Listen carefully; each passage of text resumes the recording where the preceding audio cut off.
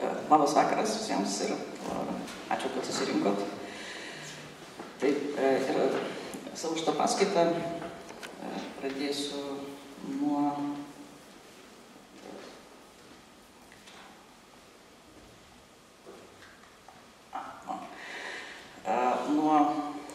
fragmentėlių apie Torą iš Zoharo. Ravės Šimonas pasakė: vargas žmogui, kuris sako, kad Tora pateikia tik istorijas ir paprastus žodžius. Jei taip, mes galėtume dabar sudaryti Torą paprastais žodžiais ir geriau nei visi kiti, pristatyti pasaulio reikalus. Net pasaulio valdovai turi didingesnius žodžius. Jei taip, sekime jais ir padarykime iš jų Torą. Ak, bet visi Toros žodžiai yra didingi žodžiai, didingi slėpiniai. Ateik ir pamatyk. Pasaulis aukščiau ir pasaulis žemiau yra tobulai subalansuoti. Izraelis žemiau, angelai aukščiau. Apie angelus rašyta, jis padaro savo angelus dvasiomis. Bet kai jie nusileidžia, jie apsivelka šio pasaulio drabužį. Jei jie nebūtų apsivilkę drabužio tinkančio šiam pasauliui, jie negalėtų ištverti šiame pasaulyje. Ir pasaulis negalėtų jų ištverti. Jei taip yra su angelais, tai kiek dar daugiau su Tora, per kurią jis sukūrė juos ir visus pasaulius, ir dėl kurios visi jie egzistuoja. Nusileisdami į šį pasaulį, jei ji nebūtų apsivilkusi šio pasaulio drabužių, pasaulis negalėtų ištverti. Taigi, Toros istorijos yra Toros drabužės. Kas mano, kad drabužės yra tikroji Tora, o ne kažkas kita, tegu jo dvasia ištuštėja, jis neturės jokios dalies ateinančiame pasaulyje. Štai kodėl Dovydas tarė: atverk man akis, kad galėčiau pamatyti stebuklus iš tavo Toros. Kas yra po Toros drabužių? Ateik ir pamatyk. Yra visiems matomas drabužis. Kai tie kvailiai pamato, ką nors gerai atrodančių drabužių, jie daugiau nebežiūri. Tačiau drabužio esmė yra kūnas. Kūno esmė yra siela. Taip yra ir su Tora. Ji turi kūną, Toros įsakus, vadinamus Toros įsikūnijimu. Šis kūnas aprengtas drabužiais, šio pasaulio istorijomis. Pasaulio kvailiai žiūri tik į tą drabužį, Toros istorijas. Jie nieko daugiau nežino. Jie nežiūri, kas yra po to drabužiu. Tie, kurie žino daugiau, žiūri ne į drabužį, o į kūną po to drabužiu. Išmintingieji įkravęs aukštybėse tarnai, tie, kurie stovėjo prie Sinajaus kalno, žiūri tik į sielą, visų šaknį, tikrąją Torą. Būsimajame laike jiems lemta pažvelgti į Toros sielos sielą. Ateik ir pamatyk. Taip yra ir aukščiau. Yra drabužis ir kūnas ir sielos siela. Dangus ir jo viešpatijos yra drabužis, Izraelio bendryje yra kūnas, kuris priima sielą Izraelio grožį. Jis yra sielos kūnas. Siela, kurią paminėjome, yra Izraelio grožis, kuris yra tikroji Tora. Sielos siela yra šventasis senolis. Viskas yra sujungta šis su tuo. Taigi, pagal, kaip šioje ištraukoje galima matyti, yra 3 ar net 4 dalykai. Drabužiai, kūnas, siela ir sielos siela. Tora, kurią kiekvienas gali perskaityti, žinomas šventas raštas, kaip hebrajiški tekstai. Toros įsakai tai kūnas ir siela yra tai, kas yra tos Toros siela, tai ta paslėptoji ezoterinė dalis, kuri čia yra neįvardinta, bet galima nuspėti, kad ją ir siekia apreikšti Zoharas. Šias 3 dalis atitiktų klasikinės žydų tradicijos skirstymas į rašytinę Torą, kuri krikščionys yra geriau žinoma kaip hebrajiškos biblinės knygos. Tanachas, tai būtų tas drabužis. Po to yra sakytinė Tora. Ir sakytinė Tora, jinai yra išsišakojusi. Čia aš sudėjau daug tų sakytinė Tora, tai yra šita šebalpė, Tora šebiktav, tai yra ta rašytinė Tora. O Tora šebalpė yra sakytinė Tora. Tai yra visa ta žydų tradicija, kuri yra perduodama, arba turėjo būti perduodama žodžiu, arba kurios prigimtis yra perduoti žodžiu gyvai iš lūpų į lūpas, iš kartos į kartą. Va, ir jinai yra suskirstyta į, prasme, jinai faktiškai yra suskirstyta į visą eilę tokių padalinimų. Tai yra, čia galime matyti, pats didžiausias kvadratas, tai yra Talmudas ir vėlesni rabiniškos teisės veikalai ir raštai. Tai yra visas didžiulis komplektas rabiniškų tekstų, kurie yra tas Toros kūnas, tai yra tie įsakymai, įsakai, visa literatūra apie juos. Ir iš šono yra Musavės ir kita literatūra, tokia nedidelė dalis literatūros, moralistinės tokios literatūros, dievoieškos literatūros, kuri atsirado gana vėlai, pradėtų formuotis viduramžiais. Po to yra pas mažiausias yra Targumai. Ir Targumai tai yra vertimai iš tos rašytinės Toros į aramėjų kalbas. Ir ten faktiškai ir ten galima rasti tam tikrų interpretacijų. Toliau yra midrašų literatūra, irgi gana svarbi, gana reikšminga. Tai yra būtent Toros įvairių knygų, šitų biblinių knygų aiškinimai, komentarai, kurie irgi sudaro tam tikrą atskirą literatūrą. Ir čia matote, dar vienas šitas yra kabala plačiaja prasme. Ne? Tai va, tai šitas Zoharo tekstas, jisai pretenduoja į šitas kvadratėlis, jisai būtų išskirtas į didžiulį atskirą tokį kvadratą, kuris įkūnytų tą paslaptingą arba paslėptą Torą, arba Sitrei Tora aramėjiškai, tai yra ezoterinė Tora, kuri būtų jau siela Toros. Tai va, o kas yra ta sielos siela? Tai, pagal tą Zoharo tekstą, bus atskleista ateinančiame pasaulyje, jau po Mesijo laikų. Šis skirstimas atitinka skirstimą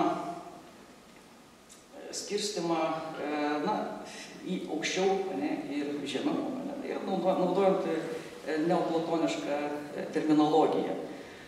Tai yra aukščiau, tai yra kaip, galime įsivaizduoti kaip idėjų pasaulyje, ir čia yra 4 įvaizdžiai, dangus su visomis viešpatijomis, kaip drabužis būtų, Izraelio bendryje kaip kūnas, ir Izraelio grožis kaip siela. O virš viso to siela, kuris yra šventasis senolis. Ir faktiškai galima suprasti, kad šitie vaizdiniai, kurie nurodo dieviškų kuriančių ir kūrinyje palaikančių bei valdančių galių arba indų elementus. Čia yra, faktiškai galima suprasti, kad yra pagal tos vidinės struktūros elementus. Šitos galios, dieviškos galios, kabaloje vadinamos sfyromis. Pats terminas kilęs nuo hebrajiškos šaknies, kuri reiškia skaičių, bet taip pat ta šaknis, jinai reiškia ir artikuliacijos kažkokius modusus. Tai ir matėte pavadinime, nes yra Sefer Zohar, skelbime. Tai žodis Sefer, kuris reiškia knyga, irgi faktiškai yra tos pačios šaknies, kaip ir sfyra. Tai yra ir šitos šaknies įvairūs dariniai, jie apima visą eilę tokių dalykų, kurie vienaip ar kitaip susiję su kažkokia artikuliacija, su rašymu, su pasakojimu. Tai su kažkuo, kas yra vienaip ar kitaip formuluojama. Ir tam tikrą prasme tas dieviškas galias irgi galima būtų interpretuoti kaip dieviškumo artikuliacinius modusus tokius, kurie leidžia apčiuopti daugelybį ir daugiasluoksnį dieviškumo ir sukurtų pasaulių bei žmogaus tarpusavio santykius. Klasikinė sferų išdėstymo schema apima 3 kolonas ir galima matyti tam tikrus trejetus, sferų trejetus, plus viena išskirta sfera. Ir čia pačiame viršuje yra Keter, Bina ir Chochma, tai yra 3 sferos, kurios Zohare yra nurodomos kaip tas šventasis senolis, aišku, ten yra daug įvairių kitų terminų naudojama, kitų simbolių, bet šitame fragmentėlė, kurį skaitėme, galima suprasti, kad tas šventasis senolis, sielų siela yra įsišaknyjusi šitame pačiose aukštutinėse, viršutinėse arba pradinėse artikuliacijos modusuose. Tai va, ir pagal šią schemą dangų ir sesio galybės, kur skaitėme tame fragmentėlyje, tas viešpaties, turėtume identifikuoti kaip pačią žemutinėje sferą, kuri yra slengstis į šį žemišką pasaulį, šią materialią tikrovę. Tai būtų kaip ir Malchut, karalystė.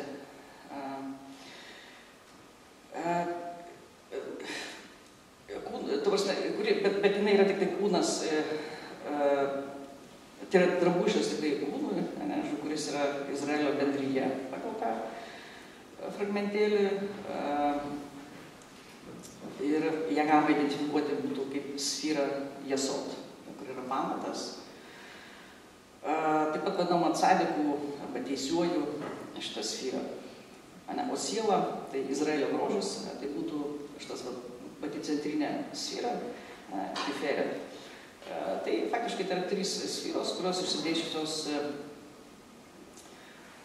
centrinėje kolonoje.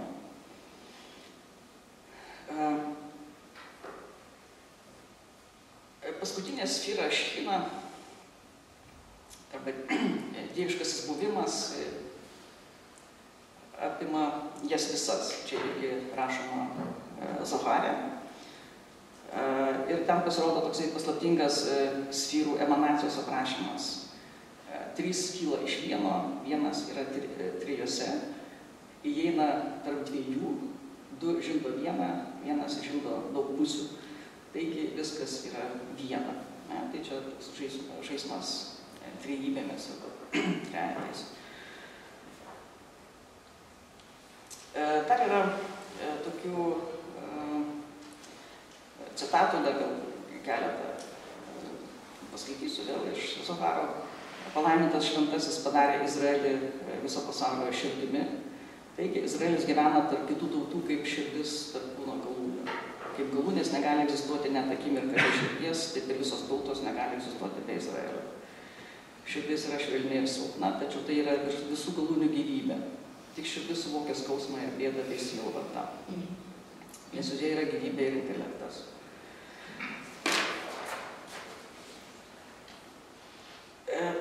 Žodžio, toliau, kita būtų ištrauka tokia. Žodžio slėpinys parašytas apie slėpinį danguje. Koks yra jo vardas, koks yra jo sūnaus vardas. Jei žinote, tas vardas yra žinomas. Adonai Cevaot yra jo vardas, o jo sūnaus vardas. Izraelis yra jo vardas, kaip parašyta. Mano pirmagimis sūnus Izraelis. Na ir taip toliau. Sferos dažnai yra vaizduojamos, sferų medės dažnai yra vaizduojamos pirmapradžio Adomo pavidalu arba kaip kosminis medis, kuris auga žemyn nuo šaknų, kurios yra aukštai. Ir kaip yra įvairius kabalistai pastebėję, šitie vaizdai neturėtų būti suprantami pažodžiui. Tai yra tokios organiškos dvasinės tikrovės, jos simboliai. Pagal pradžios knygą biblinę žmogus buvo sukurtas pagal Dievo paveikslą, kaip vyras ir moteris, ką nuolat pabrėžia Zoharas. Tokiu būdu įtraukė Zoharas moterišką aspektą į dieviškumo paveikslą, kaip būtiną ir neatsiejamą dalį. Ir kaip teigia Mošė Gidelis, vienas iš šiuolaikinių didžiųjų, žinomų, tyrinėtojų kabalos, kabaloje galima matyti šitą dievišką moterišką aspektą dažnai privilegijuojamą. Mošė Gidelis parašęs visą knygą privilegijuota dieviška moteris. Ir sfyros yra dieviškasis to atvaizdo originalas. Ir kaip pirmapradis Adomas, šitos sfyros, šitas sfyrų medis yra kaip ir mūsų archetipinės prigimties pirmavaizdis, pamatas. Ir iš viršaus į apačią šitos sfyros įgyvendina emancipacijos dramą. Tai yra perėjimą iš Ein Sof į kūriniją. Ein Sof, tai čia nepavaizduotas Ein Sof, tai yra Ein Sof yra viršutinės šitos sfyros, virš Keter. Tai yra nesuvokiama, nepasiekiama niekam, nežinoma dieviška tikrovė, kur yra tikrovė.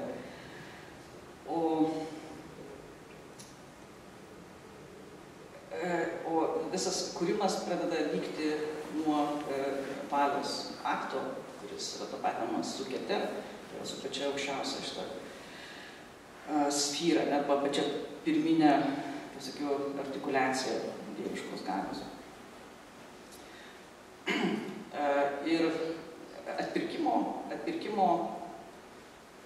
kelias yra iš apačios į viršų, pasiekiant patį šitą Keter. Galima matyti, kad kabalistai, kurie formulavo visas tas sfyrų, tos vaizdinius, tos simbolius, visą šitą pasaulį, jie vienaip ar kitaip rėmėsi šitų neoplatonikų ir aristotelininkų mokymais, bet neapsiribojo, aišku, jais.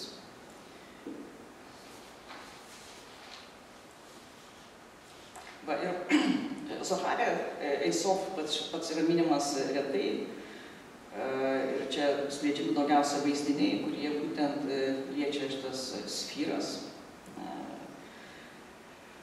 Tai yra tas mistinės artikuliacijas, tas apraiškas, kurios čia yra vaizdingai personifikuojamos, ir tokiu būdu jos lygtai įgyja tam tikrų individualių bruožų ir savybių. Ir per jas dieviškumo sklaidos tikrovė, jinai mąsto, jaučia, atsiliepia ir yra veikiama žmogiškosios sferos, arba žmogiškų veiksmų. Ir ši dieviška tikrovė, kaip sakiau, yra androginiška. Ir čia pačią tą androginiškumą galima išvelgti šitoje schemoje. Tai yra kairysis ir dešinysis, ir kairioji dešinioji pusės, ir vidurinė pusė. Kairioji pusė dažnai yra kabalistų vadinama moteriškąja pusė, dešinioji vyriškąja pusė, bet be šitų dviejų vyriškos ir moteriškos pusių yra tos žemutinės dvi sfyros, Jesod ir Malchut, kurios labai dažnai Zohare, jos yra vienaip ar kitaip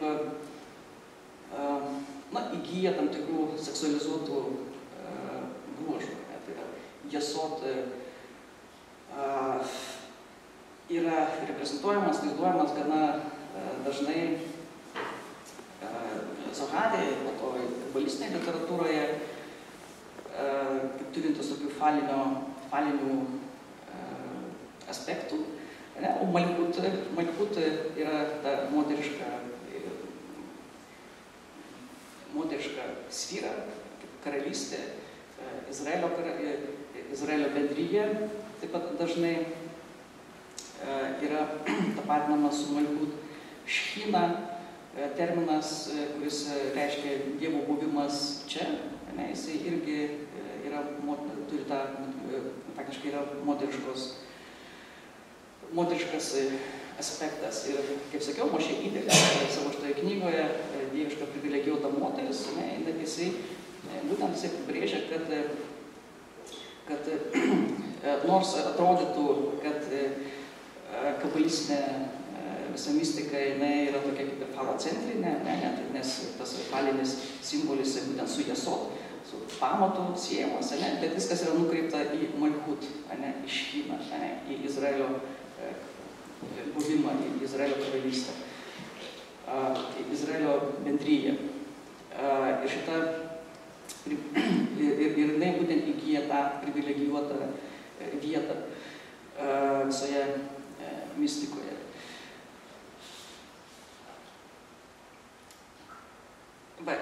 Nors faktiškai tai yra vienas iš ryškiausių Zoharo bruožų, yra faktiškai revoliucinis Zoharo toksai įvaizdis.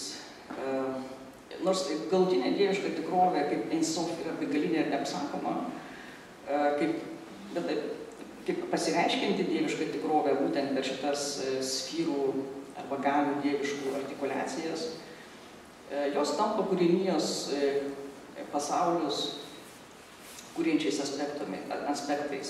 Ir jos gali būti matomos, suvokiamos, patiriamos iš žmogiškos perspektyvos.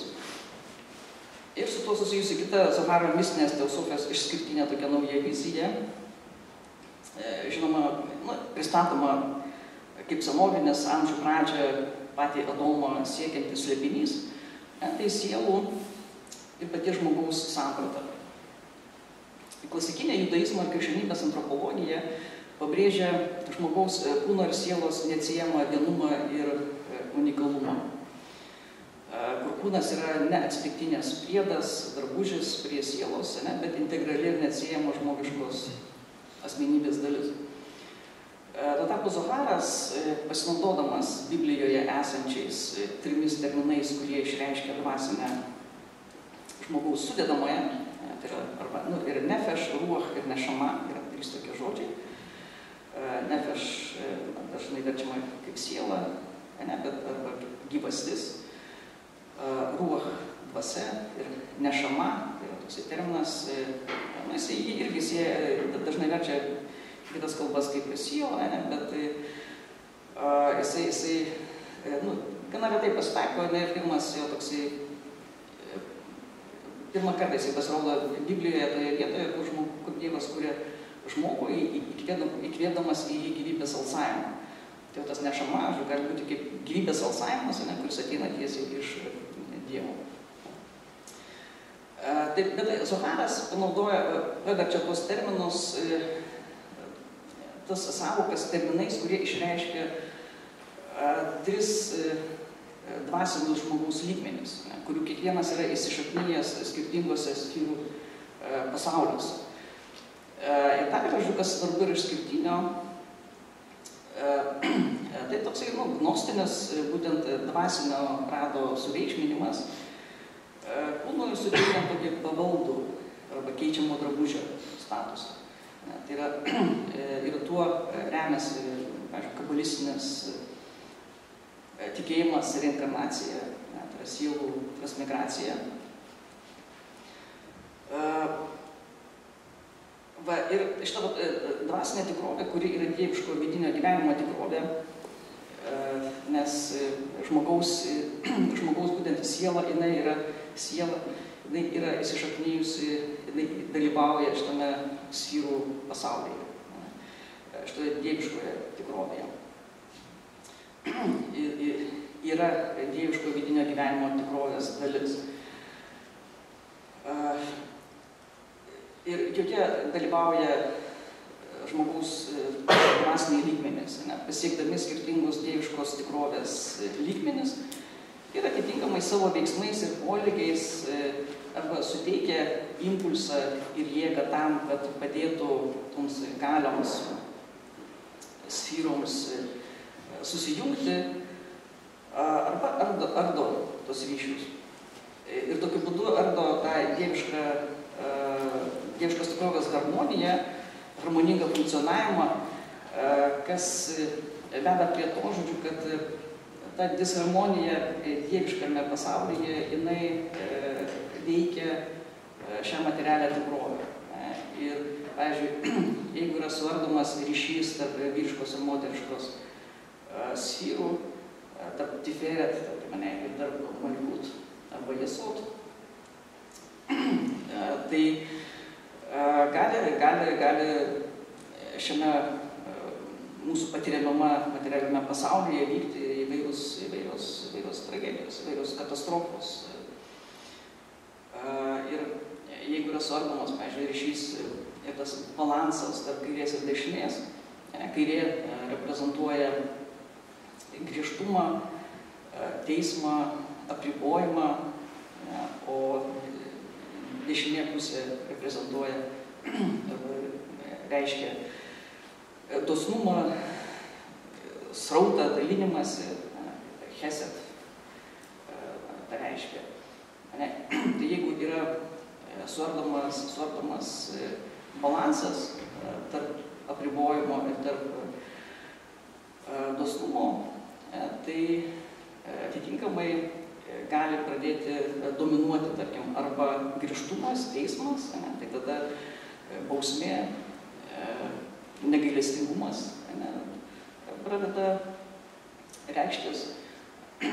O jeigu šitas chesed arba dosnumas, jisai gali taip užpilti, užlieti, kad viską gali paskandinti savimi.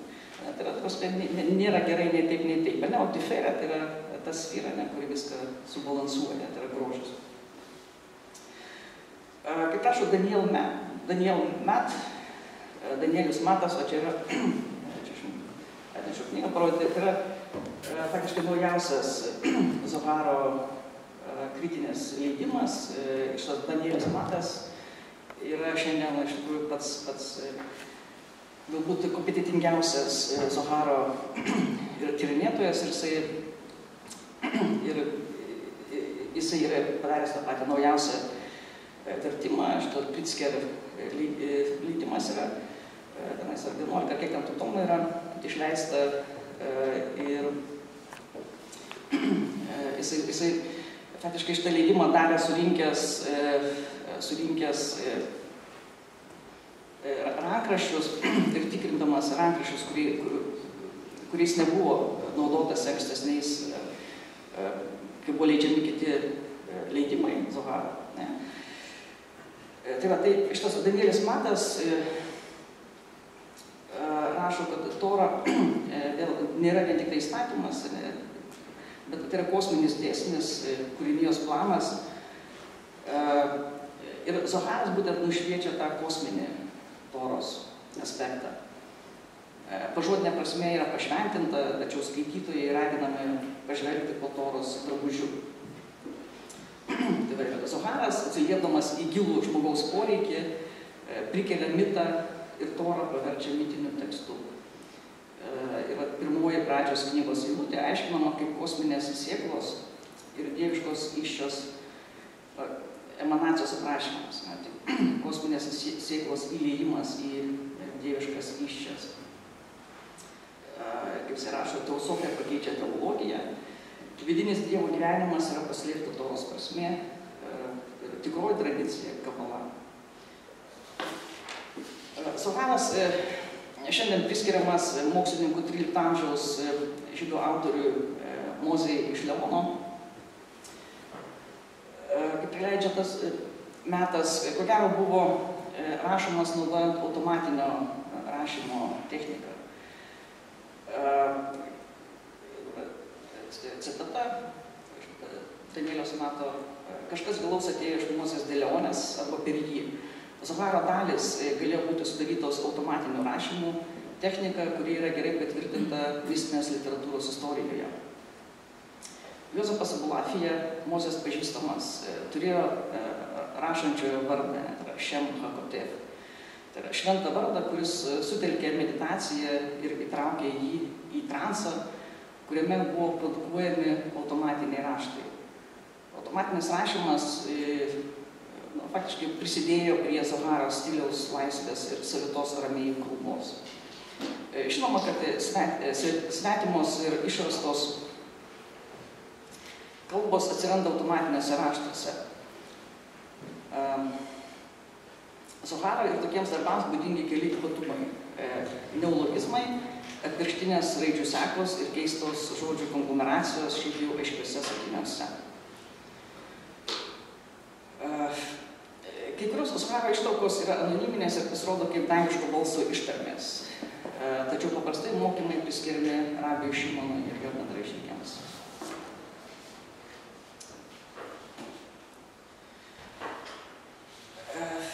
Tai trumpai aš čia pristačiau keletą temų, kurie yra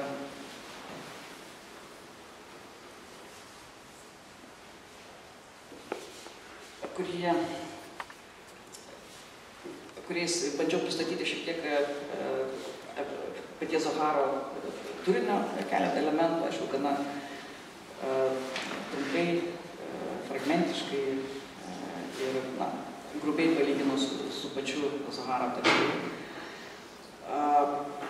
Ir dabar perėsiu prie kitos paskaitos dalies, daugiau tokios techninės. Ir pradėsiu, tai yra šio veikalo statuso, reikšmės, sudėties, autorystės ir šaltinių klausimų. Pradėsiu imprimatur, tai yra autoritetingų leidimų spausdinti Zoharą 1528 metais. Mantojos leidimas. Mantojos leidime. Ir tą imprimatur parašė rabinas Icchakas Delatės. Delatės šitame leidime publikavo atvirą tokį laišką, kritikuojantį tos rabinus, kurie priešinosi Zoharo spausdinimui. Šitas imprimatur galėtų padėti suprasti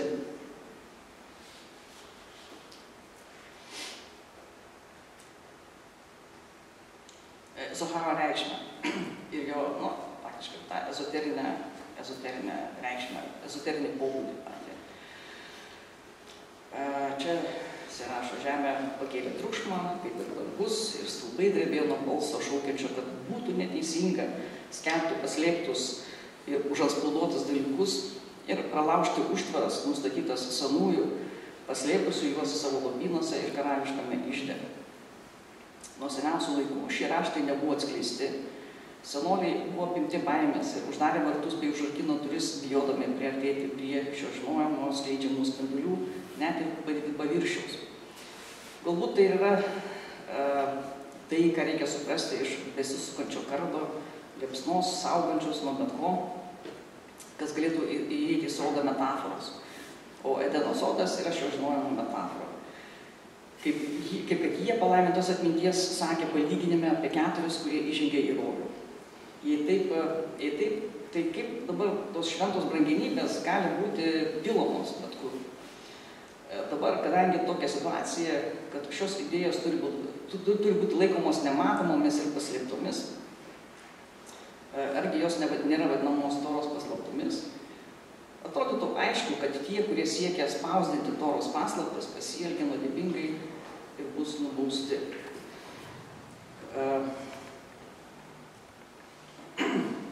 Čia toliau, o dabar Dievo išrinktoji kunigiška karalystė ir šventoji tauta nelik prislėgta. Atsistok ir pamatyk atpirkimą, kurį Dievas tau atsiuntė šią dieną, atskleisdama tau Toros paslaptis. Tada tavo akis tikrai atsimerks ir kaip angelai danguje, tu tikrai atpažinsi gėrį. Argi tikrasis tikėjimas bus amžiams prarastas mūsų lūpose ir atkirstas nuo mūsų liežuvių? Argi viešpats atmes amžinai? Štai artėja 7 metai, 100 metai. Kadagi ruošiamės savo ateičiai? Ir kada išsipildys eilutė apie mus? Ir žemė bus pripildyta viešpaties pažinimo. Jei ne dabar, tai kada? 7 tūkstantmetyje, kai pasaulis bus sunaikintas, praėjo beveik trečdalis 6 tūkstantmečio, o mūsų sielos vis dar niekina medų, klaidingai saldų laikydamos karčiu. Kilnę duoną, kurią minta aukščiausi angelai, laikome pelėsinę duoną. Mes vykdome įsakus kaip įpročius, savavališkus įstatymus be paaiškinimų. Na, čia irgi nepilnas tas imprimatorė, ne, bet kas yra svarbu, kad šitame imprimatorė yra keletas tokių reikšmingų detalių. Tai yra pirma, yra aiškus paslėpto žinojimo statuso pasikeitimas iš draudžiamo viešinti į leidžiamą ir netgi būtiną atpirkimą. Ir tai yra siejama su priartėjusiu pasaulio egzistavimo 7 tūkstantmečiu, kuris yra laikomas Šabo tūkstantmečiu, kuris turi baigtis Mesijo pasirodymu. Ir jau 15 amžiuje Zoharas jau buvo priimtas kaip siekiantis gilę senovę, antro mūsų eros amžiaus žydų išminčiaus Šimono bar Jochajaus laikus. Tačiau skaitomas tik nedideliuose ratuose jis buvo. Bet žinomas ir kai kuriems krikščionių intelektualams, tokiems kaip Pico della Mirandola. Ir tik tai po 1492 metų, kada žydai buvo išvaryti iš Ispanijos, ir bent jau nuo 16 amžiaus 4 dešimtmečio, Zoharas tapo kabulos pamatu. Iškilo kabalistai, tiek rašė Zoharo pagrindų sisteminės knygas, toks kabalistas kaip Moshe Cordovero, tiek ir tie, kurie plėtoja savo sisteminius mokymus, tokie kaip Itzhakas Lurija. Ir šiandien plačiausiai žinoma kabalistinė sistema yra būtent Itzhako Lurijos sistema. Tai va, ir atsiradusi visa nauja literatūra vis labiau populiarino Zoharą, skatindama taip pat ir mesijinį užsidegimą. Tai va, ir Zoharo studijavimas kabalistų sluoksniuose buvo pakeltas į dieviško įsako lygmenį, šalia Toros studijavimo, to Talmudo ar Tanacho pavidalu, pabrėžiant ryšį tarp šio studijavimo, tarp Zoharo sklaidos ir mesijinio atpirkimo.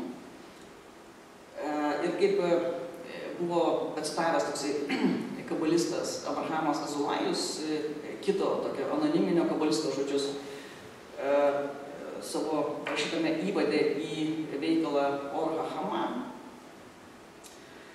Kadangi Izraeliui skirta ragauti nuo gyvybės medžio, tai yra Zoharo knygos, jie bus sugrąžinti iš tremties gailestingumu. Ir taip pat buvo rašyta, kad dekretas iš viršaus atvirai nesivadovauti kabalos išmintimi turėjo galioti tik tai nustatytą laiką, iki 1490 metų. O nuo tada yra paskutinės kartos laikas prieš Mesijo atėjimą. Ir dekretas panaikinamas ir suteikiamas leidimas užsiimti Zoharo knygos studijomis. Tai va, ir nuo 1540 metų, kaip tik ir kada buvo pradėta veikla siekiant publikuoti Zoharą, geriausias būdas vykdyti tą micvą buvo jau viešai Zoharą užsiimti ir jaunam, ir senam. Čia citata yra, kadangi tai ir niekas kitas nepriartins karaliaus Mesijo atėjimo, karalystės jo atėjimu. Ir būtent spausdinimas įgalino šitą Zacharos klaidą. Kitas reikšmingas dalykas, paminėtas šiame imprimatur, yra šito žinojimo teikiamas atpirkimas. Kitose eilutėse jis taip pat primena troškimą šito išskirtinio žinojimo. Kad suprastume šitų žodžių reikšmę, trumpam turėtume užmesti akį į Zacharo atsiradimo amžių, apie tą istorinį kontekstą. Ir Zacharas, kaip sakiau, kaip dabar plačiai pripažįstamų mokslininkų bendruomenėje, buvo parašytas 13 amžiaus pabaigoje Ispanijoje. Ir pagrindinės jo dalies autoriumi laikomas Mozė iš Leono miesto. Apie tai trupučiuką toliau. O dabar šiek tiek to konteksto istorinio. Tai yra žydų mistikos istorija chronologiškai iki Zacharo suformavimo ir paviešinimo. Tai yra, galima matyti tą istoriją, tai antras amžius ar prieš mūsų, trečio mūsų eros amžiaus pakilimo praktikos. Tai yra Enocho knygos, etiopiška Enocho knyga ir graikiškos, ramėjiškos Enocho knygos yra išlikusios fragmentiškai. Tai yra pakilimo praktikos, net pakilimo link dieviško sosto. Po to nusileidimo praktikos jos tampriai susijusios su pakilimo praktikomis, net yra Ichalot knygos reprezentuoja šitas praktikas iki maždaug 9 amžiaus. Dar buvo tokia labai keista Zacharo, šita žydų mistikos viena grupė, kuri užsiminėjo dieviško kūno meditacijų praktikomis. Ir yra išlikusios tokios Šiurkoma knygos. Tokios meditacijos vizualizuoja, suvokia dievišką kūną, kuris yra kosminių matmenų ir yra vardėjami tie matmenys patys to dievo kūno, dieviško kūno. Taip pat Sefer Yetzira, tarp 3-6 amžiaus buvo parašyta Sefer Bahir, kažkur Provence apie 11-12 amžių. Ir Provansas, tai Prancūzijos regionas. Ir Provanso kabalistai, žinome, rabis Abrahamas ben Davidas ir rabis Itzchakas Aklasis. Tai su juo buvo bandoma siekti šitą Sefer Bahir parašymą, atsiradimą. Ir po to toksai hasidėjiškas mas judėjimas Vokietijoje buvo 13 amžiui, kur yra žinomas toksai Eliezeris iš Wormso. Jis rašė komentarus ankstesniems mistiniams tekstams. Ir galiausiai suklestėjimas arba subujojimas kabalos Ispanijoje 13 amžiuje, pirmoje pusėje. Tai kabalistų rateliai pirmiausia Katalonijoje, Geronos ir Barcelonos apylinkėse. Ir kabalistų ratelė nuo 13 amžiaus maždaug vidurio iki išvarimo žydų iš Ispanijos 1492 metais. Tai centrai būtent Leonės ir Kastilijos regionus. Čia, kad geriau įsivaizduotumėte tos regionus. Čia, nežinau kaip čia.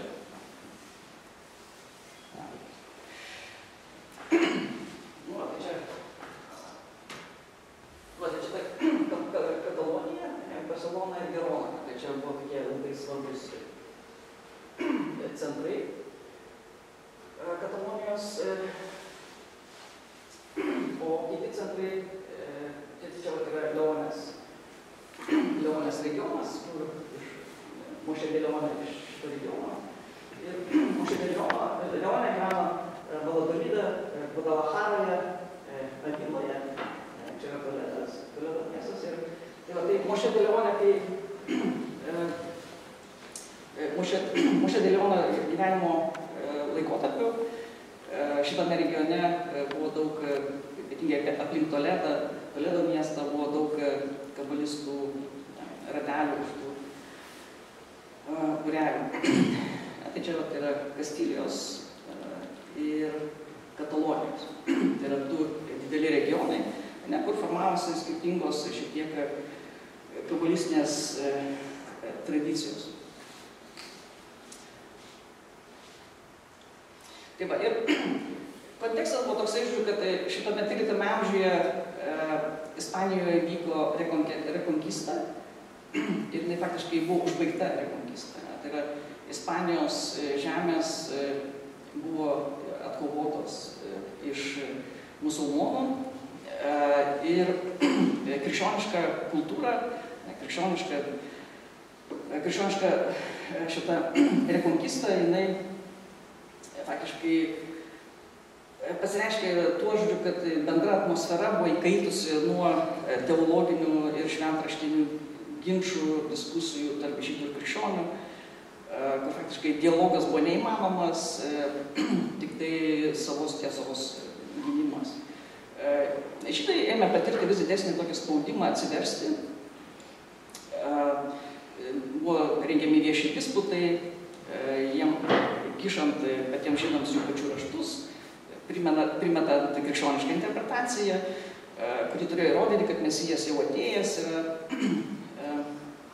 ir kad tai Jėzus Kristus.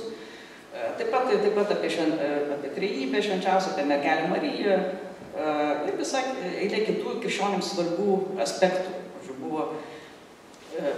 Buvo diskusijų objektai. Žydai jau daugiau kaip 1000 metų gyveno tremtyje, išblaškyti po pasaulį, priklausydami nuo tų kraštų šeimininkų geros valios. Ir rabiniška tradicija daugiausia koncentravosi į Talmudo studijavimą ir įsakų laikymosi praktikas, tyrimą tų praktikų ir taikymą. Islamiškose žemėse žydų intelektualams įsitraukus į musulmonų filosofijos ir mokslų studijas plito tokios racionalistinės nuostatos. Ir šita tremties situacija ir nuolatinė teologinė įtampa tarp žydų, musulmonų ir krikščionių reikalavo gilesnių refleksijų savo pačių padėties ir tradicijos supratimo, kuris pranoktų ir tos filosofinius ir teologinius argumentus ir įkvėptų gyvybės ir dvasios į patį praktikavimą, į praktikas, įsakų praktikas. Ir beveik 1000 metų tik tai negausiuose elitiniuose žydų intelektualų sluoksniuose rusenosios tos mistinės praktikos ir vizijos 13 amžiaus Ispanijoje išsiveržė į tokį ištisą srautą, kuris pralaužė filosofijos ir teologijos ribas ir pasiūlė naujas vizijas, simbolius, naratyvus, diskursus, kurie ilgam užvaldė ne tik tai žydų vaizduotę, bet sukėlė domėjimosi ir kūrybinio performulavimo veikalus ir atsiradusioje krikščioniškos kalbos versijoje. Ir Zoharas tapo šitų procesų centru. Per jį atskleistos Toros paslaptys suteikė ne tik tai galimybę naujai perskaityti Torą, bet ir atrasti gyvenimo tremties sąlygomis prasmę.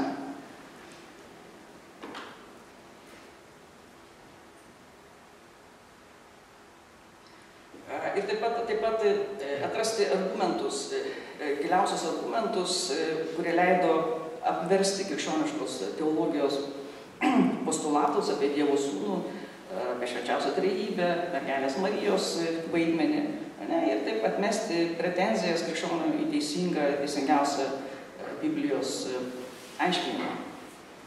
Ir jau 15 amžiuje Zoharas užėmė judaizme tą garbingą vietą šalia tradicijoje įsitvirtinusių rašytinės ir sakytinės Torų.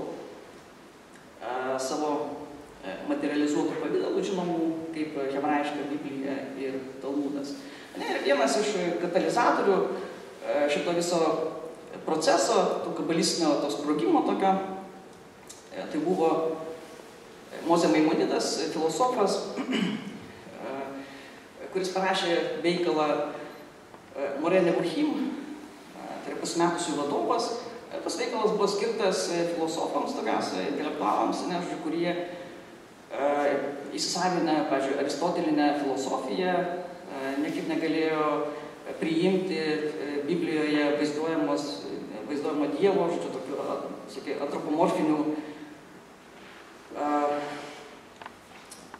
antropomorfinių vaizdinių susijusių su Dievu, su dievybė ir kitų dalykų. Ir jisai tame pasimetusių vadovai, ten jisai pateikė, žodžiu, galimybę, kaip galima perskaityti, arba raktus pateikė, žodžiu, kaip galima skaityti Torą filosofijai ir nepasimesti.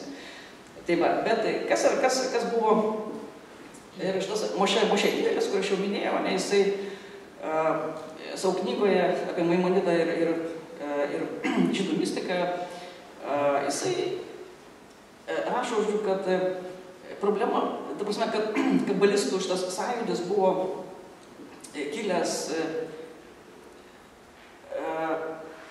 po šito veikalo Maimonido ne kaip reakcija atmesti pačią filosofiją ir Maimonidą, bet tai vienas toksai dalykas, kad įvade šitos knygos Maimonidas parašė, kad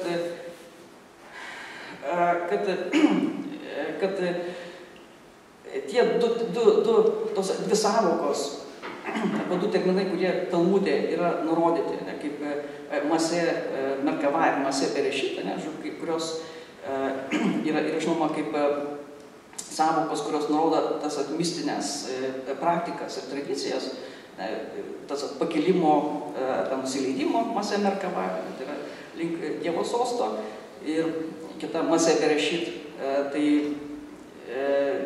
interpretacijos, Biblijos interpretacijos ir visokios spekulacijos apie pasaulio sukūrimą. Tai jisai faktiškai toje savo knygoje galima matyti, kad jisai pabandė sukeisti, kad Masė Merkava pagal jį turėtų būti suprantama kaip metafizika, o Masė Berešit kaip fizika, kaip fizikos mokslai, kaip gamtos mokslai. Ir tai šitas sukeitimas tų mistinių tradicijų, fizika ir metafizika arba filosofija. Tai faktiškai buvo tas katalizatorius, kuris užvedė, kad negali taip būti, ta prasme. Ir formavosi įvairūs šitie kabalistų ratai, būreliai, kuriuose buvo pasinerta į gilias studijas, į bandymą atkurti kaip ir tą tradiciją, kuri galbūt buvo kažkur tai amžių bėgyje, kažkur tai ir nutolus. Tai va, ir Katalonijos kabalistų ratai buvo priklausę pagrindiniai nariai, apie juos nekalbėsiu plačiai. Tai yra Ben Belima, ir Judas Jekaras, Nachmanido mokytojas, ir Salomonas, Azrielis ir Geronas ir taip toliau. Tai Katalonijos šitie kabalistai, čia pats vienas iš svarbiausių yra Mozė Ben Nachmanas, Nachmanidas, rabinas, kurio buvimas faktiškai jisai galbūt leido legalizuoti šitas kabalistinės vizijas. Tai būtent šitame rate daugiausiai buvo tyrinėjamos įvairios, arba formuluojamos įvairios sfyrų teorijos, vizijos ir reinkarnacijos, tai yra sielos transmigracijos, doktrinos, idėjos ir visa kita. Bet be šitų kabalistų kitos kryptis kabalistinės, tai buvo ekstatinės kabalos kryptis susijusios su Abrahamu ben Šmueliu Abulafija. Tai tokia kaip ir pranašiška kabala, jisai naudojo raidžių, Dievo vardo raidžių kombinacijų, tam tikras technikas, kad pasiektų pranašiškumo lygmenį. Tai jisai netmetė Maimonido, bet jis atsakė, kad reikia eiti toliau už filosofijos ir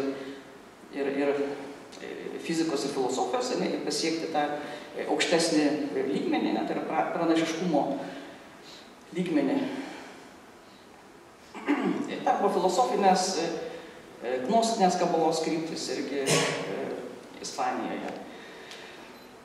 Tai čia apie jos irgi nekalbės. Ir vienas iš tokių irgi svarbesnių kabalistų 13 amžiaus pabaigoje, faktiškai bendramžis Mošės de Leonės, tai Josefas Čikatila. Ir faktiškai yra tokių nuomonių, kad jie su Mošė de Leone buvo bičiuliai, net jau pažįstami, ir vienaip ar kitaip vienas kitą kažkiek tai ir įtakoja.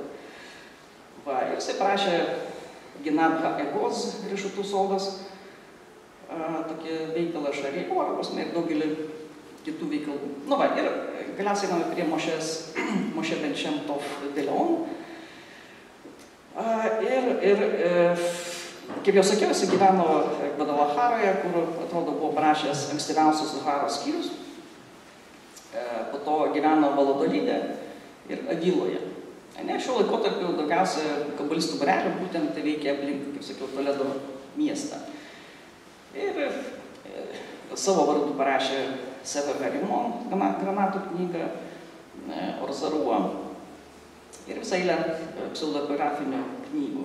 Tai va, o ankstyviausiai parašytas paties jau Zoharo tekstas Midraž Elam buvo irgi. Taip, Zoharo literatūrinė forma tai yra tokia, kad yra kelių knygų ar skyrių rinkinys, kur yra trumpi midrašiniai posmai, ilgesnės homilijos, diskusijos daugelių temų. Ir didžioji dalis jų yra priskirtos Tanajui, tai yra antro amžiaus žydų išminčiui, Šimonui bar Johajui ir jo bendražygiams Hebraje. Ir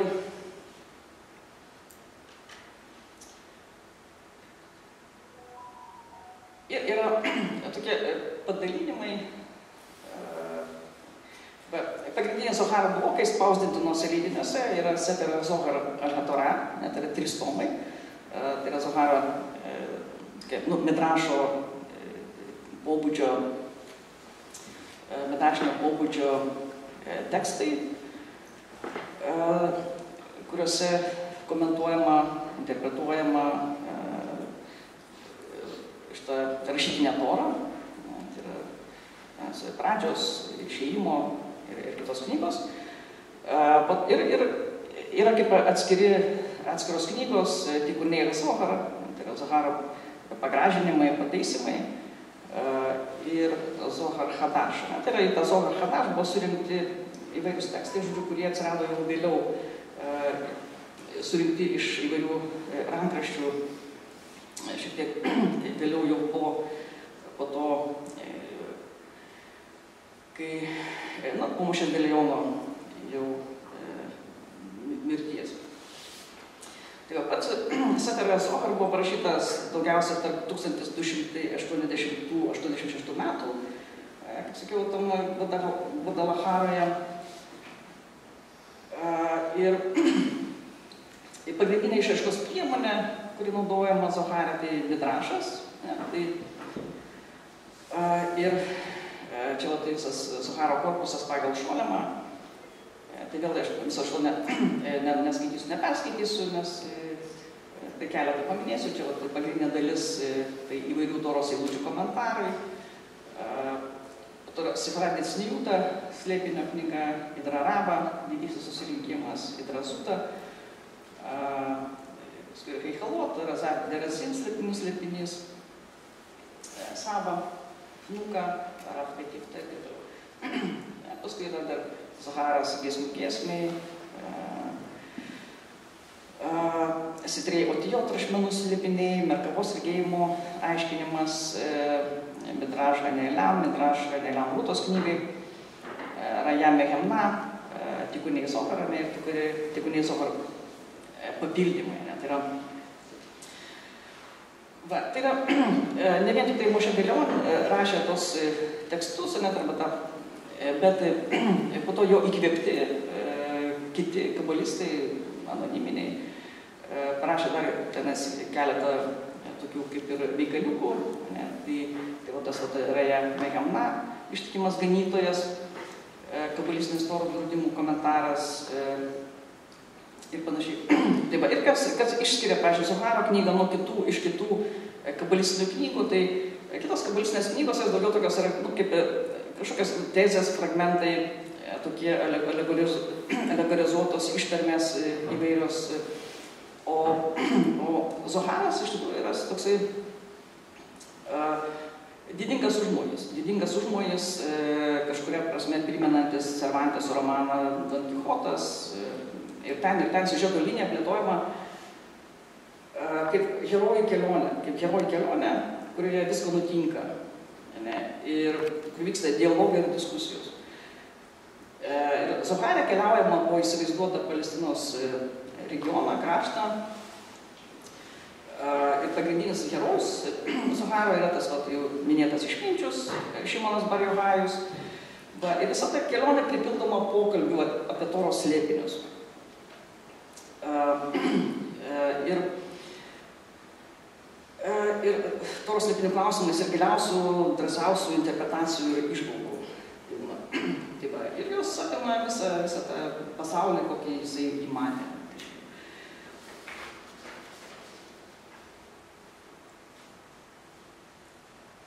Ir kaip rašo Danielis Matas, Zohar autorius dažnai sutelkdavo dėmesį į spekulacijas apie dieviškumo prigimtį, apie kurią kiti kabalistai nedrįso kalbėti. O jo drąsa buvo svarbus veiksnys prisidėjęs prie kabalos atsinaujinimo po kelių kartų. Ir kai pasirodė Zoharas, nedaugelis kabalistų buvo atkreipę dėmesį į tą originalų tokį aspektą, bet savo hebrajų kalbą rašytose knygose, pats Mošė Deleone, jisai ten, žodžiu, susilaikydavo nuo tokių drąsesnių spekulacijų, bet tai, kad jisai pats priskyrė tą veikalą antro amžiaus žydų išminčių, leido jam visiškai pilnai plėtoti savo vaizduotę, tą visą laisvę. Aišku, buvo ir tam tikrų ir kritikų, ir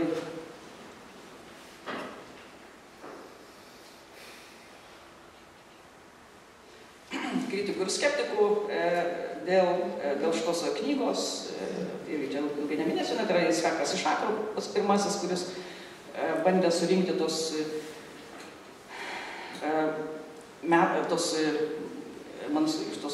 rankraščius. Tai jisai susidūrė su jo žmona, kuri jam pasakė, kad nėra jokių senų rankraščių, iš kurių Mošė Deleone būtų prašęs perrašinėjęs tą Zoharą, bet jisai pats viską iš savo galvos. Abrahamas Atricas iš Barcelonos ir jo mokiniai, Josefas Ibn Vakaras, Leonė Modena ir taip toliau. Paskui jau 19 amžiuje žydų apšvietos mokslininkai Jelinekas ir Grecas bandė diskredituoti Zoharą, bet ir apskritai kabaloje šitą mistinę žydų tradicijas, kaip kažkokias svetimybės ir su judaizmu neturinčius nieko bendro. Tik tai 20 amžiuje Gešomas Šolemas, jo darbas padėjo pagrindus moksliniam kritiniam Zoharo tyrinėjimui ir reabilitavimui, apskritai mistikos reabilitavimui, kaip autentiško žydų kūrybinės veiklos rezultato. Nu va, ir štai mano laikas jau faktiškai baigėsi, aš tada parodysiu keletą leidimų. Čia va, pirmas vertimas į prancūzų kalbą 20 amžiaus pradžioje. Keletą metų ten vyko, tas nuo 1909 metų, ten keli tomai pasirodė. Pilnas Zaharo leidimas, Jean de Pouly vertė.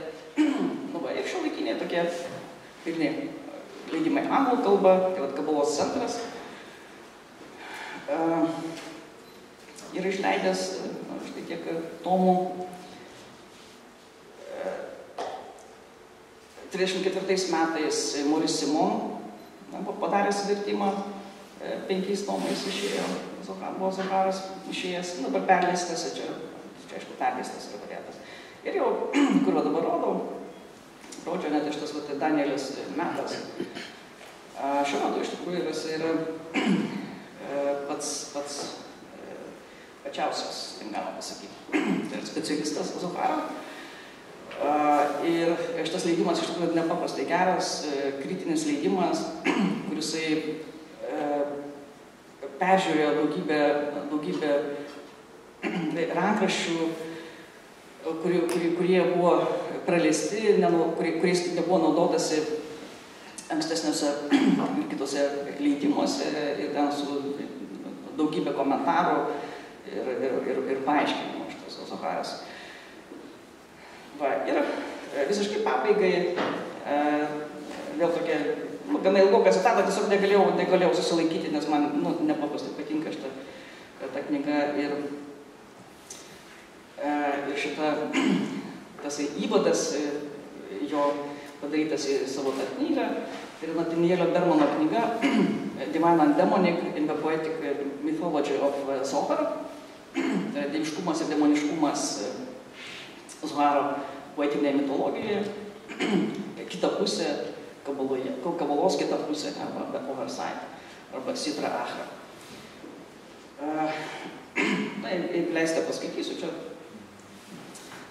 Ši knyga, net yra paties šito autoriaus knyga, yra apie poetinę kitoniškumo mitologiją Zoharo tradicijos Kabaloje. Zaharinės literatūros žanrą, kuris bus mano dėmesio centre, sudaro mitiniai vaizdiniai, parašyti su literatūriniu išlumu ir virtuoziškumu, kurį galima palyginti su poezija, tik su poezija ir iš tiesų dažnai avangardinė poezija. Mitas, dieviškų ir diabolinių personų, vyrų ir moterų dramos, bendraujančios vienos su kita per meilę ir neapykantą, troškimą ir atstumimą, malonę ir teismą. Mitas, pasaulis, kuriame nėra nieko, nei augalo, nei gyvūno, dangaus ar žemės, nei vandenyno, nei žemės, nei žvaigždės, nei planetos, kurie nesimbolizuotų, tiksliau, neįkūnytų kokią nors archetipo ar personos. Mitas, dieviško karaliaus ir karalienės vestuvės, kuris vedė jų dieviškoji motina, dievo karai su didžiuoju drakonu, diabolinė gyvatės, dieviškosios moters gundymas, diabolinės Lilit dieviško vyro gundymas ir taip toliau. Poezija, provokuojančių vaizdų gausa, dažnai kaleidoskopiškai besikaitaliojanti, užgožianti interpretatorių kartų pastangas redukuoti juos iki konceptualios parafrazės ar simbolinio dekonavimo. Poezija, ritmas, rimas, metras, aliteracija, paralelizmas, įprastinės sintaksės nepaisymas, visa tai tarnauja skaitytojo sužadinimui, provokavimui, nustebinimui. Poezija ne tiesiog būdas išreikšti tai, kas proziška, bet tikra poezija, konjunkcija to, ko niekaip kitaip neįmanoma pažadinti. Kitoniškumas yra aiškiai šios tekstinės sklaidos tema. Zoharo poetinė mitologija yra iš esmės susijusi su dviejų kosmoso pusių. Dieviškos Sitra Dikedusha, šventumo pusės, ir demoniškos Sitra Achra, pažodžiu, kitos pusės santykiais. Zohariniai tekstai apie demonus pasižymi visa baimė, troškimų, smurtų ir meilė. Taip pat abipusės projekcijos, konstrukcijos ir iliuzijos visose giliose akistatose su pokyčiais. Zoharo rašytojai savo poetinę mitologiją artikuliavo įžūliai adaptuodami, perkonfigūruodami ir dažnai griaudami visą žydų tekstinį palikimą. Iš tiesų didžiulis diskursų ir ritualų rinkinys susijęs su demoniškojo kito sužadinimu, įvardinimu, represavimu, prijaukinimu, sunaikinimu ir apkabinimu. Yra viso judaizmo kabalistinių interpretacijų pagrindas. Ir pabaigai, vienas iš būdų skaityti zoharinį rašymą apie demoną yra traktuoti jį kaip etiologinių mitų ar misterijų, pasakojimų ir vaizdinių rinkinį, kuriame pasakojama apie giliai nerimą keliančių pasaulio, kuriame gyvename bruožų tyrime. Tokių mitų patrauklumas paprastai priklauso ne nuo jų gebėjimo atitikti priežastinius, loginius ir normatyvinius kriterijus, bet nuo jų naratyvinės, dramatiškos ar poetinės jėgos. Dažnai, nors ir neišimtinai tragiškos dimensijos. Jie konstruoja poetinę mitologiją apie pasaulį pažymėtą lūžių tarp savęs ir kito. Nesiekia neigti sugėtimo kaip iliuzijos, kaip kai kuriuose akosminėse teologijos. Nei pateikti akivaizdžios neteisybės pateisinimo, kaip Teodicėjoje. Nei priskirti pasaulio tariamai iškreiptą būseną žmogaus pažinimo ribotumui, kaip negatyvioje teologijoje. Atvirkščiai, jie iškelia kasdienį lūžį į metafizinę dramą, dažnai teologiškai skandalingais terminais, iš tiesų dažnai pagilindami mitą išprovokavusią teologinę problemą. Ačiū už dėmesį ir atsiprašau, kad ilgai užtęsiau ištikti savo kalbą.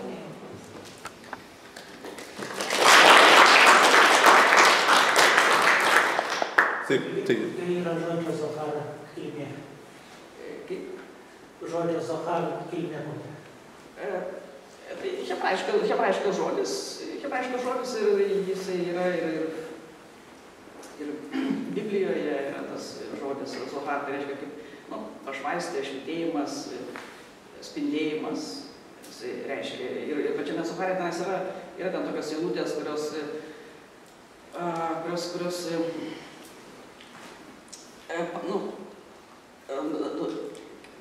įvardėjo tos, kurie studijuoja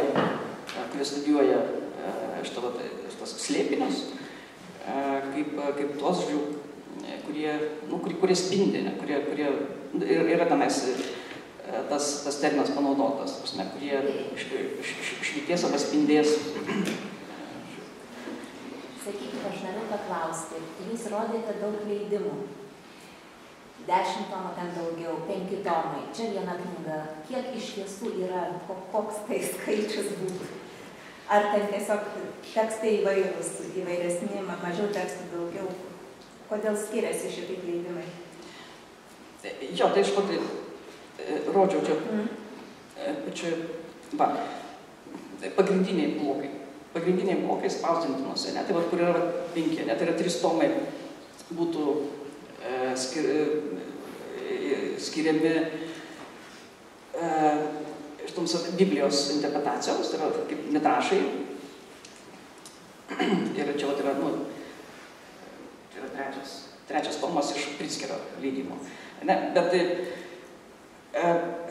dar 2 tomai būna tikuniai yra Zohar ir Zohar Hadash.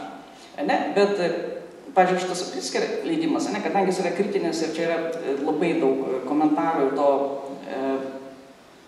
to Danieliaus meto komentarų, ten su visais paaiškinimais, su viskuo, tai šitas leidimas, jis irgi išsitęsęs yra per kelią. Turusme, tie 3 tomai yra išsitęsęs į kokius ar 7 ar 8. Tai faktiškai priklauso nuo leidyklos, kiek tenais sudeda. Tikuniai ir Zohar tai būna dažnai atskirų leidimų eina. Paskui Zohar Hadash, ten irgi būna, kad irgi yra įvairios knygos ir ten yra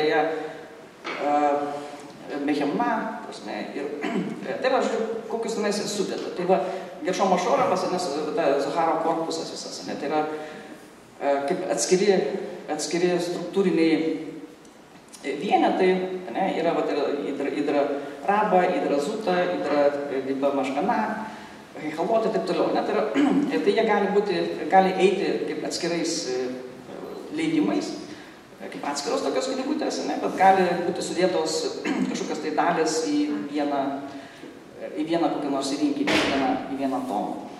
Tai Jo, ir faktiškai, kaip sakiau, šitas meto leidimas yra pats kaip ir pilniausias šiuo metu ir jisai įtraukia tuos, kurie nebuvo, rankraščius, kurie nebuvo publikuoti, kurie nebuvo publikuoti, kurie buvo kažkur tai pasimetę. Ir jisai ten atliko iš tikrųjų milžinišką darbą, ieškodamas tų rankraščius įvairiose bibliotekose, ten ir Paryžiuje, ir Britanijoje, ir kitur.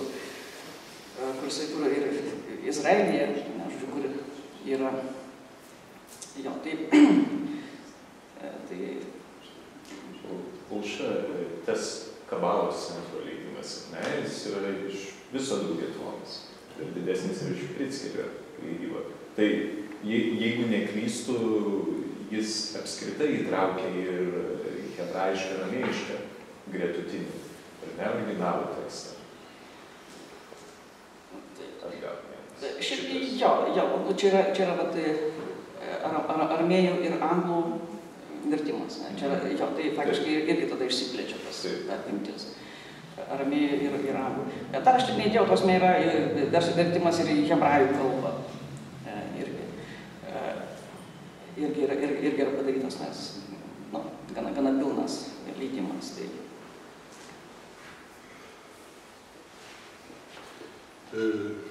Profesorius Matas užrašojo, jisai konstatavo, kad daug kas parašyta automatinio rašymo būdu. Kokių jis dar argumentų pateikė, kad tai yra automatinis rašymas, apart to, ką jūs sakė?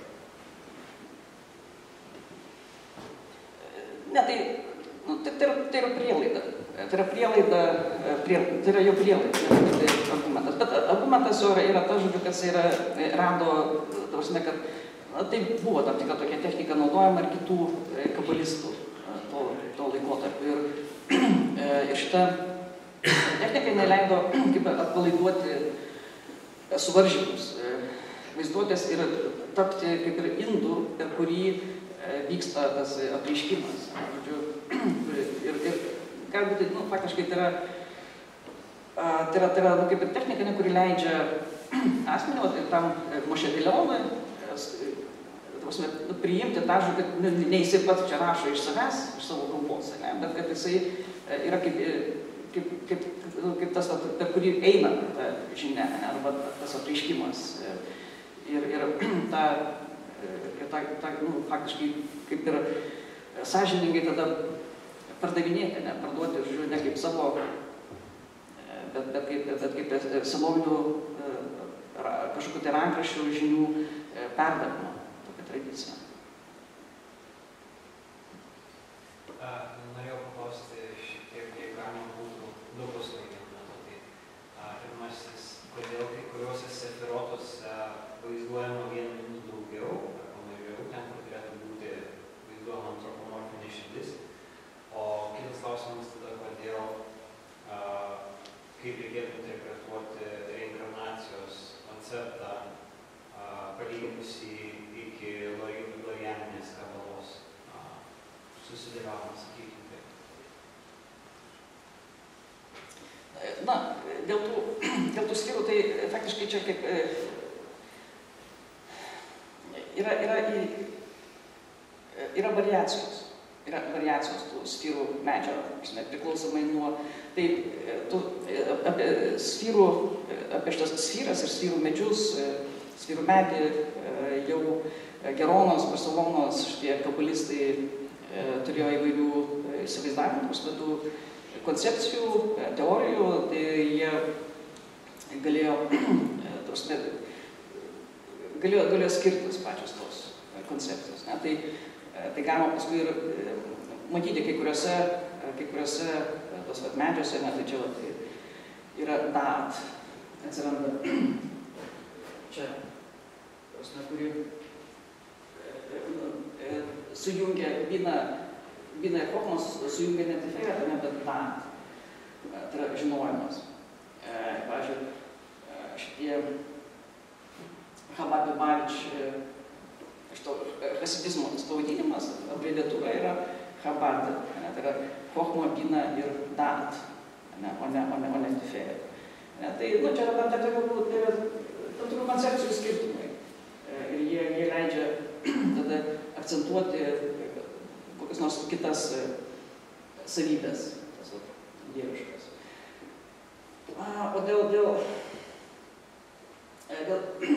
reinkarnacijos, tai iki lovėniškos fabulos galbūt nebuvo ne tik išplėtota šitą reinkarnacijos kokios nors tos teorijos, bet paskui pasveko Lūrijos, tai jo mokinys Chaimas Vitalis daugiausiai jisai prisidėjo prie plėtojimo šitos doktrinos, bet jau tos doktrinos užuomazgas galima matyti šitoje Geronos kabalistų mokykloje, tose ratuose. Tai čia, sunku dabar pasakyti, būtų, čia žodžiu, yra prileidžiama, kad irgi gali būti kažkokių neplatoniškų, gnostinių šaknų gali turėti šitas tikėjimas arba šitos doktrinos. Bet vienaip ar kitaip, kaip sakiau, šitas Zoharas, jisai pabrėžia tą būtent sielos arba dvasios, žmogus dvasios tų dalių pamatinį svorį ir kad jisai turi atlikti tą užduotį, kuri jam yra skirta. Tai kiekvienas žmogus, bet jau paskui šitą po Chaimo Vitalio išsiplėtojo tada tos koncepcijos apie sielos perėjimą ir sielos netgi kibirkštis, sielų kibirkštis, kad faktiškai didžiosios sielos, tokia kaip Mozės, Jehošos, Mozės įpėdinio, kitų didžiųjų sielos, jų kibirkštis gali įsikūnyti į kitus asmenis, istorinius ir atrandami kokie nors panašumai kelio ar kokie nors kitokie panašumai, pavyzdžiui, tų asmenų su tais bibliniais personažais veikėjais ir tokiu būdu irgi formuluojami tam tikri tokie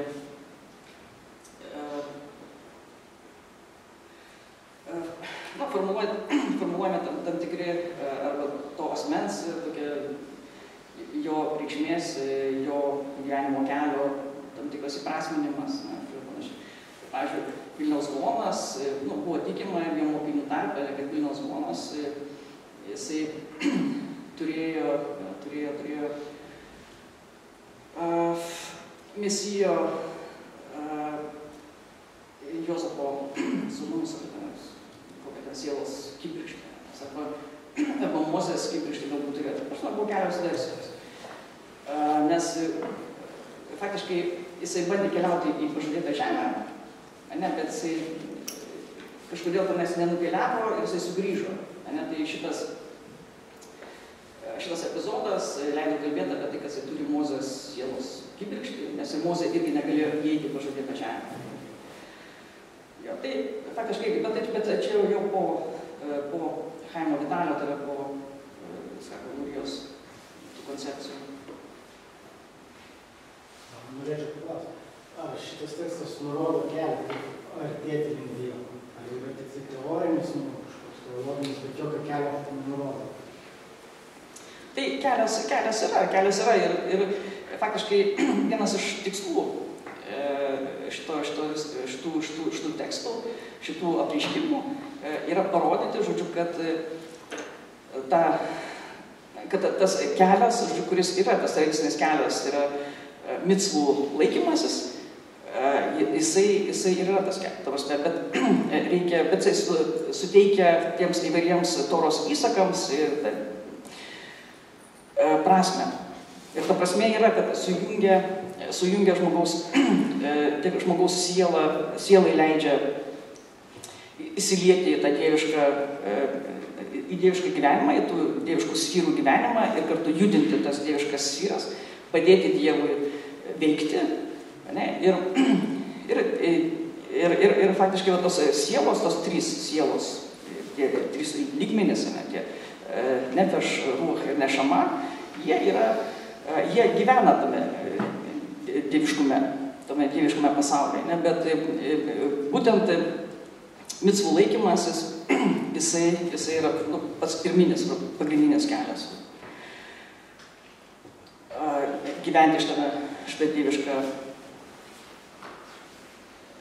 šitame dieviškame pasaulyje. Ir jį stimuliuoti, jam padėti tam dieviškam pasauliui. Arba pačiam Dievui padėti.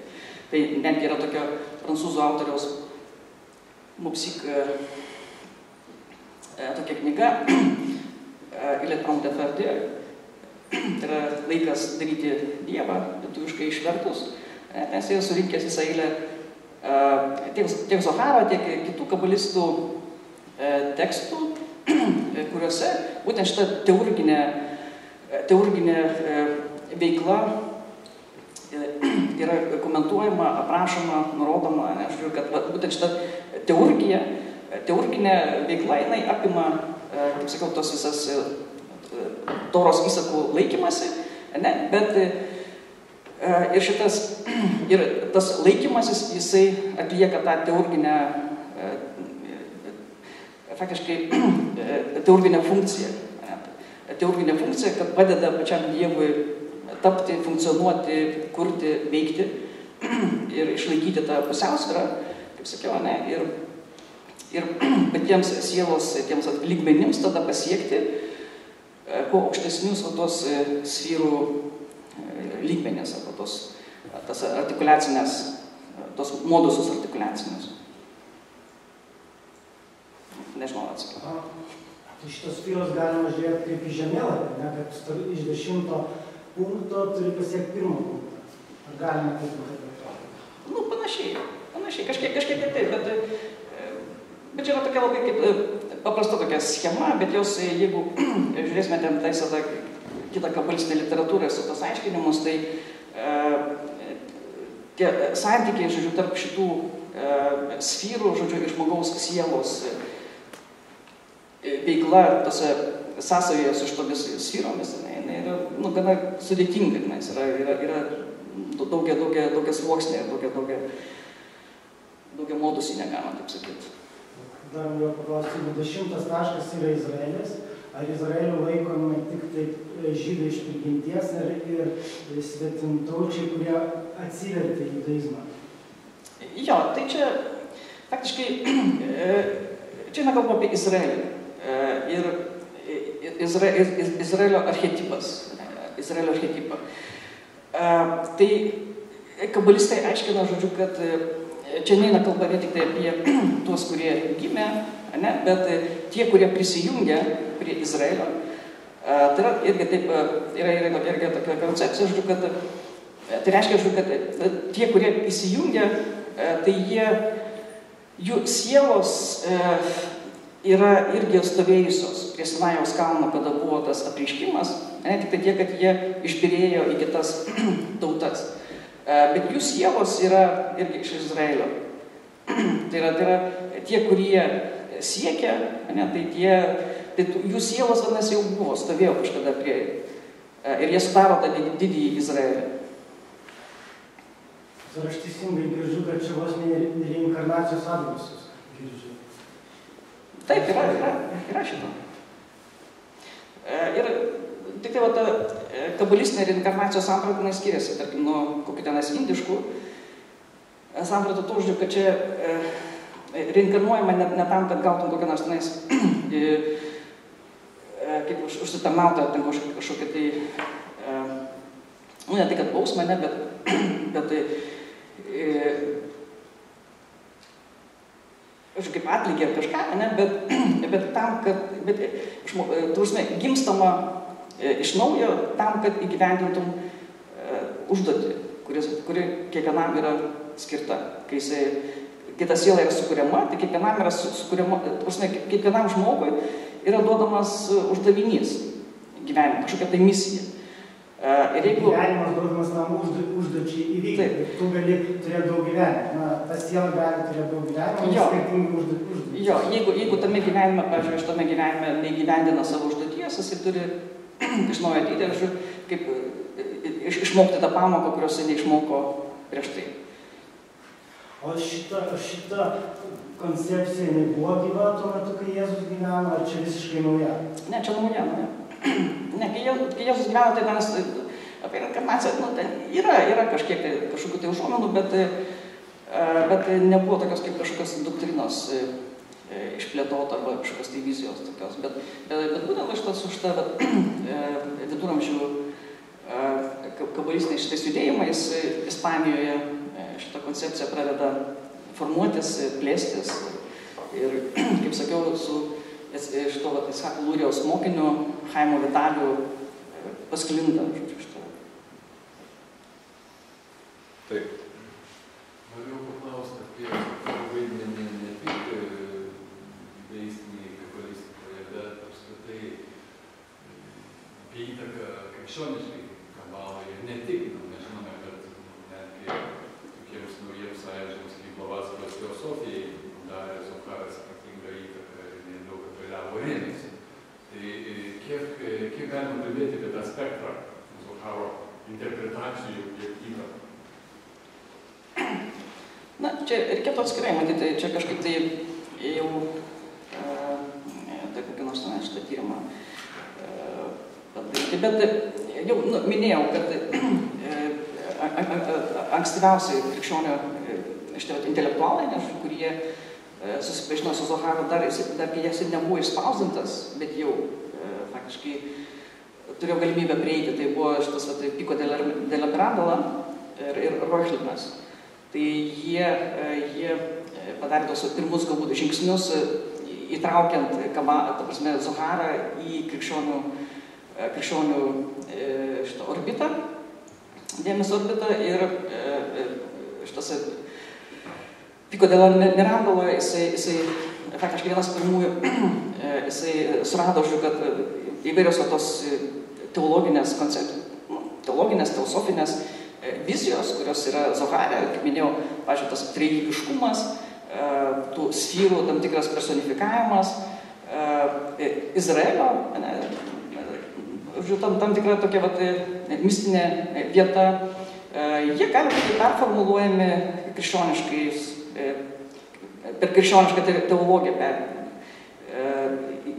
arba įvedami į krikščionišką orbitą ir suvokiami krikščioniškai, nes bažnyčia gali save suprasti kaip naują Izraelį, ir tokiu būdu save patalpinti tarp šitų sfyrų, tame sferotinėme pasaulyje, tas įsikūnimas Jėzaus irgi čia gali surasti tą kelią. Ir tokiu būdu per Pico della Mirandola, paskui per Reuchliną, Zoharas, kaip sakiau, ir Zoharo įvairūs vaizdiniai, jie pradėjo pasiekti krikščionišką intelektualinę tradiciją ir paskui šito renesanso metu, ypatingai kiek buvo išspausdintas Zoharas 16 amžiuje, tai Zoharas pasidarė prieinamas dar platesniems šitiems ir sluoksniams. Ir, čia vėl, irgi tokia yra, Mošė Didelis sako, kad atsirado tam tikra netgi žydų pasaulyje tam tikra opozicija Zoharui, būtent dėl to, kad krikščionys labai pasigavo ir jiems labai, prasme, knietėjo išsiaiškinti tą Zoharą ir įtraukti į savo tą orbitą. Ir tai vėl buvo tam tikras tam tikros įtampos buvo vėl atsiradusios būtent dėl to, kad Zoharu labai susidomėjo krikščionys. Ir gana lengvai galėjo vėl, nors pats Zoharas išvertė ir apvertė krikščioniškus dogmatinius kažkokius tai teiginius, bet krikščionys gana lengvai galėjo vėl perversti. Tai ir krikščioniška kabala jinai paskui, bet ta krikščioniška kabala, aišku, ne tik tai Zoharą, bet ir nes buvo jisai verčiamas paskui ir lotynų kalba, bet ir Abraham Abulafija, kurį aš tai šitą minėjau, jisai irgi buvo išverstas į lotynų kalbą, tai irgi padarė nemažą tokią įtaką. Nu, arba buvo irgi svarbus kažtai krikščioniškai ezoterikai. Jeigu tai galima būtų vieną. Esu skaitęs, kad visų šitų indų visuma sudaro kaip antropomorfinį žmogų vadinamą Adam Kadmą. Bet taip pat esu skaitęs, kad jisai nėra tas pats Adomas, kaip žmogus buvo sukurtas Dievo. Ir taip kaip supratau, taipogi tai negali būti Dievo atvaizdas, nes, kaip sakė, Dievas yra Ein Sof, kuris yra aukščiau negu šis Sefirotas. Tai mano klausimas tuomet yra, ką galima būtų laikyti tuo Adamo Kadmonu, kas tai galėtų būti? Nu, Ein Sof tai iš tikrųjų yra tas kažkokia dieviška tikrovė, kuri yra anapus suvokimo ir pažinimo. Bet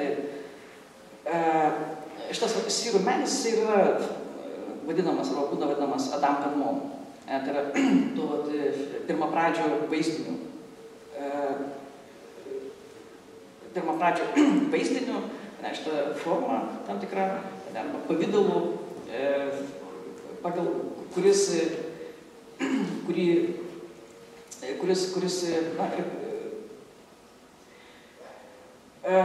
tapo to provaizdžiu, pagal kurį sukurtas žmogus, tarkime, ne?